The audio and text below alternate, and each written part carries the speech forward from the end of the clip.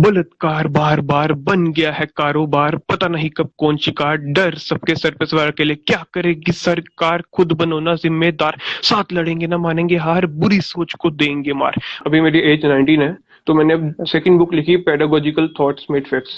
तो उसमें मतलब मेरे को काफी ज्यादा सक्सेस भी मिल रही है और काफी लोग उसे अप्रिशिएट कर रहे हैं, तो मुझे कभी रुकना नहीं है, मुझे इससे आगे बढ़ते रहना है। काफी ज्यादा हेटर्स होंगे, काफी लोग होंगे जो आपकी सक्सेस से जलेंगे, सबसे ज्यादा लोगों को वो शेयर कर रहे हैं, सबसे ज्यादा हमारी हेल्प कर रहे हैं कि हमारा अकाउंट ग्रोथ हो। जो हमारे हेटर्स हैं वो सबसे बड़े फैन हुए हमारे।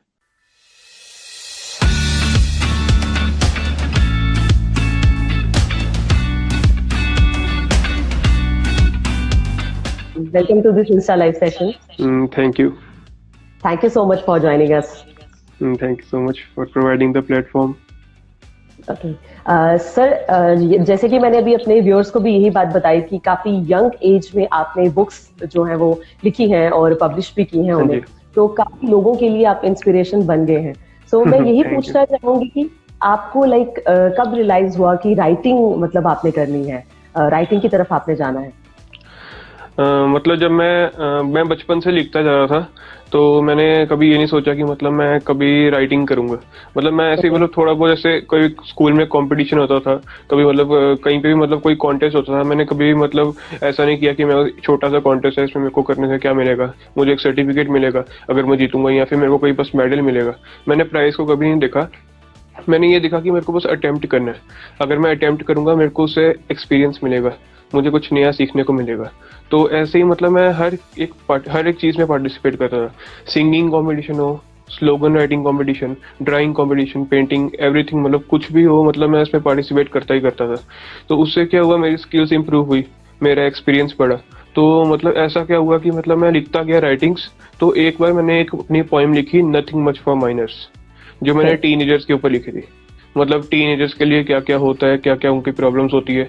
तो वो मेरी पोएम एक बार वायरल हो गई थी। जब मैं 7th क्लास में था ना, तो तब से मतलब मैंने लिखना स्टार्ट किया। तो मतलब कुछ लोग मतलब पसंद भी करते थे और कुछ लोगों को मतलब नहीं भी अच्छा लगता था। लेकिन मैं मतलब ऐसे अपने लिए लिखता था, मैं ये नहीं देखता था कि किसको अच्छा लग रहा है, किसको नहीं अच्छा लग रहा। तो मैं ऐसे लिखता गया। मैं मतलब जैसे काफी लोग होते हैं ना कि कोई अगर आगे बढ़े, जिसको मतलब आगे प्रेज मिले, किसी को कोई अवार्ड्स मिले, तो कई लोगों को जेलेसी भी फील होती है। तो उनको मतलब मैंने हरा कर मैं आगे बढ़ा। तो उनके लिए भी फिर आगे जाके आज के टाइम पे मैं, जो मेरे हेटर्स हैं, उनके लिए भी इंस्पायरेशन बन चुका हूँ। Okay, so that's great. So जिस तरह से आपने सहज बुक्स लिखी हैं, तो बुक्स लिखने के लिए काफी सारे आइडियाज और इन्फॉर्मेशन आपको कलेक्ट करनी पड़ती है। तो ये आइडियाज और इन्फॉर्मेशन आप कहाँ से ये लेते हैं? मतलब जो आइडियाज है, सबसे पहले तो मेरी पहली जो बुक थी पोएम्स बाय सहज सबरवाल, जो मैंने 17 की एज में पब्लिश की थी। तो उसके अंदर मतलब मैंने टीनेजर्स के ऊपर लिखा है। मतलब जैसे मेरी एज भी तब 17 थी, तो मतलब टीन एज ही था, मैं टीनेजर ही था एक। तो मैंने मतलब जैसे उसमें बच्चे मैंने देखा कि आसपास के जो मतलब जो लोग ड्रग्स ले रहे थे, मतलब छोटी सी उम्र में मतलब जो लोग ड्रग्स ले रहे थे, मैं उनको मतलब समझाना चाहता था कि मतलब इससे क्या मिलेगा आपको, आपको मतलब थोड़ी देर के लिए आपको अच्छा लगेगा। मतलब अगर आप कभी कोई आपको प्रॉब्लम है, तो आप ये अपने पेरेंट्स से शेयर करो, अपने टीचर्स, अपने मेंटर से शेयर करो। आपको मतलब ऐसे ड्रग्स वगैरह लेना, मतलब ऐसे नशों की तरफ जाना, तो इससे मतलब क्या होगा, इससे आपको नुकसान होगा। और आगे जाके मतलब अगर आप सुसाइड की तरफ मतलब से बढ़ते हो कि मतलब आपको अगर सक्सेस नहीं मिली, आपको अगर मार्क्स अच्छे नहीं आए, तो अगर आप सुसाइड कर लोगे तो उससे क्या होगा, उससे मतलब आपकी लाइफ मतलब जो काफी इंपॉर्टेंट होती है उसको आप मिस कर रहे हो, लाइफ को मतलब वेस्ट कर रहे हो। उससे उसके ज्यादा नुकसान उनके पेरेंट्स को होगा, मतलब जिन्होंने उनको जन्म दिया। तो वो ऐसे मतलब इतनी छोटी सी बात के लिए, मतलब मार्क्स कम आए या फिर पोजीशन नहीं आई, तो उसके लिए मतलब सुसाइड कर लेंगे, उससे उनके पेरेंट्स को दुख होगा। उन्होंने इतना पढ़ाया, इतना कुछ किया, तो आगे जाके मतलब क्या किया, बस सुसाइड कर लिया, मतलब इतनी छोटी सी चीज के लिए। तो हमें उससे मोटिवेट होना चाहिए, हमें ये सोचना चाहिए हम कहाँ हारे, हम कहाँ पे मतलब आगे बढ़ सकते थे। तो इससे मतलब आपका ग्रोथ होगी, आपको मतलब एक्सपीरियंस मिलेगा। फेलियर से आप मतलब इतना एक्सपीरियंस गेन करोगे कि सक्सेस से भी ऊपर की चीज आपको मिलेगी। सो जैसे कि आप सहज लिखते हैं, तो लिखने का आपका क्या शेड्यूल क्या रहता है, राइटिंग शेड्यूल क्या रहता है आपका? लिखने का मतलब कोई मैंने शेड्यूल नहीं रखा। मतलब मैं जैसे फ्री टाइम में लिखता था, मैंने कभी ये नहीं सोचा कि मतलब राइटिंग करूंगा। मेरी मतलब हैंड राइटिंग थोड़ी खराब थी, तो मतलब लोग समझते थे कि ये क्या राइटिंग करेगा। तो मैंने मतलब ऐसी मेरी हैंड राइटिंग थोड़ी खराब थी, लेकिन मेरे थॉट्स अच्छे थे। तो जो मेरे थॉट्स थे मतलब वही आगे जाके मतलब मैं पोस्ट करता गया सोशल मीडिया पे। तो मेरी जो पहली बुक आई थी तो उसमें मतलब मेरे को इतनी सक्सेस नहीं मिली थी, मतलब इतने लोगों को उसके बारे में नहीं पता था। तो फिर आगे जाके अब मेरी एज आज अभी मेरी एज 19 है। तो मैंने अब सेकंड बुक लिखी, पेडागोजिकल थॉट्स मेड फैक्ट्स। तो उसमें मतलब मेरे को काफी ज्यादा सक्सेस भी मिल रही है और काफी लोग उसे अप्रिशिएट कर रहे हैं। पहली बुक में मेरे अराउंड 50 to 60 पेजेस थे। तो जो मेरी लेटेस्ट बुक है उसमें मतलब 200+ पेजेस हैं। तो इससे मतलब काफी ज्यादा अच्छी क्वालिटी की हुई। इसके लिए मेरे को गवर्नमेंट कॉपीराइट मिला, मुझे नेशनल अवार्ड्स मिले, इंटरनेशनल अवार्ड्स मिले, स्टेट लेवल पे मेरे को काफी लोगों ने अप्रिशिएट किया। तो इससे मतलब को सक्सेस मिली। तो इससे मेरे मेरा ग्रोथ भी अच्छी हुई। और यही मेरा शेड्यूल है कि मतलब मैं फ्री टाइम लिखता था, जब मेरा मूड होता था मैं तब लिखता था। तो अगर मैं आपसे पूछूंगी, जैसे आपने 2 बुक्स लिखी हैं, तो कितना वक्त लगता है एक बुक लिखने को? बुक लिखने को मतलब इतना मतलब टाइम, मेरा पहली जो बुक थी उसके मेरे को 2 years लग गए थे। मतलब मैंने काफी देर पहले लिखना स्टार्ट किया, मैं लिखता गया। तो मेरी जो बुक है मतलब मेरा कंटेंट मैंने मतलब काफी जगहों पे सबमिट किया। मैंने अराउंड मैंने गूगल होता है ना, गूगल पे मैंने मतलब इतना कुछ सर्च किया। तो आज जाके मतलब मेरे को कुछ जगह मिल गई जहाँ मैंने मतलब सबमिट किया। तो वहाँ पे मेरे को अप्रिशिएट काफी लोगों ने किया। लेकिन एक जगह मेरा सिलेक्ट भी हो गया, मतलब मैंने 100+ बार मतलब मेरा सिलेक्ट नहीं भी हुआ। लेकिन एंड में जाके मतलब इतनी मैंने कोशिश की, कंटेंट इंप्रूव किया, तो तब जाके एंड में मेरा सिलेक्ट हुआ और तब मेरी पहली बुक पब्लिश हो गई। तो उसके बाद फिर मैंने 2 साल और मतलब यूज किए और उसमें मतलब मैंने बुक का कंटेंट बनाया। मैं सोशल मीडिया पे पोस्ट करता था, मुझे काफ़ी ज़्यादा एक्सपीरियंस मिलता था, लोगों के ओपिनियन मिलते थे। तो उससे मेरा कंटेंट भी इम्प्रूव होता था और मेरी वैल्यू भी अच्छी होती थी। तो ऐसे मेरी सेकंड बुक पब्लिश होगी, pedagogical thoughts made facts. Okay. So अब जैसे आप लिखते हैं तो कहीं ना कहीं प्रेरणा आपकी फैमिली से आपको मिलती है, तो फैमिली का क्या कहना आपकी राइटिंग को लेके? फैमिली को भी काफ़ी अच्छा लगता है कि मतलब जैसे कुछ यूनिक काम कर रहा हूँ। जैसे जम्मू में मतलब मैं देखता हूँ काफ़ी लोग, कोई सिंगर है, कोई आर्टिस्ट है, कोई राइटिंग भी कर रहे हैं। लेकिन मतलब राइटर्स मैंने देखा काफ़ी कम लोग हैं, क्योंकि मतलब लोग समझते हैं कि ऐसे सिंगिंग वगैरह में उनको फेम मिल जाएगा, उनको मतलब फेम भी मिलेगा और साथ में उनको पैसा भी कमाएंगे वो। लेकिन राइटर्स के लिए मतलब वो समझते हैं कि ऐसे राइटर्स जो है ना, जैसे मूवी के अंदर मतलब एक मूवी होती है, उसमें मतलब स्क्रिप्ट राइटर्स का कभी मतलब नाम इतना ज़्यादा आगे नहीं आता। जो नाम आता है वो मतलब जिसने प्रोड्यूस किया है, जिसने मतलब उसको डायरेक्ट किया है, जिसने मतलब उसमें सॉन्ग्स लिखे हैं, जिसने सॉन्ग गाए हैं वो फेमस होगा। लेकिन जिसने सॉन्ग लिखे हैं मतलब वो काफ़ी कम फेमस होता है। तो इसलिए मतलब लोगों की सोच इस टाइप की है। तो इसी से मतलब राइटर्स मतलब काफ़ी कम है। तो मैंने तभी ये लिखना स्टार्ट किया और मेरे पेरेंट्स अप्रिशिएट करते हैं कि कुछ नया काम कर रहा हूँ मैं। ओके। सो अब जैसे आपने कहा कि बहुत सारे आर्टिस्ट हैं जो सिंगिंग करते हैं, बहुत सारे हैं जो हाँ जी। लिखते हैं, तो आप लिखने के साथ साथ रैप भी करते हैं, तो व्हाई नॉट हमारे ऑडियंस के लिए अगर आप कोई रैप सुना दें? मतलब मैं ऐसे थोड़ा बहुत लिखता था, जैसे राइटिंग्स वगैरह की। तो मैंने सोचा कि रैप भी मतलब एक नया फॉर्म है। जैसे मैं कोई पोइट्री वगैरह लिखता हूँ तो मैंने हिंदी में मतलब मैंने एक लिरिक्स लिखे, तो उसी को मैंने रैप की फॉर्म में मतलब मैंने कन्वर्ट कर दिया। तो मैंने अभी तक 2-3 रैप्स लिखे हैं मैंने। तो उसमें से एक रैप जो सबसे ज़्यादा ट्रेंडिंग में चला था वो था बलात्कार रैप सॉन्ग। तो वो मैं आपको सुनाता हूँ। ये नो रेप के ऊपर था, मतलब जैसे सोसाइटी में रेप हो रही है ना काफ़ी, तो उसको रोकने के लिए मैंने लिखा था। तो जस्ट ये ट्राई है, तो मैं आपको सुनाता हूँ। जरूर।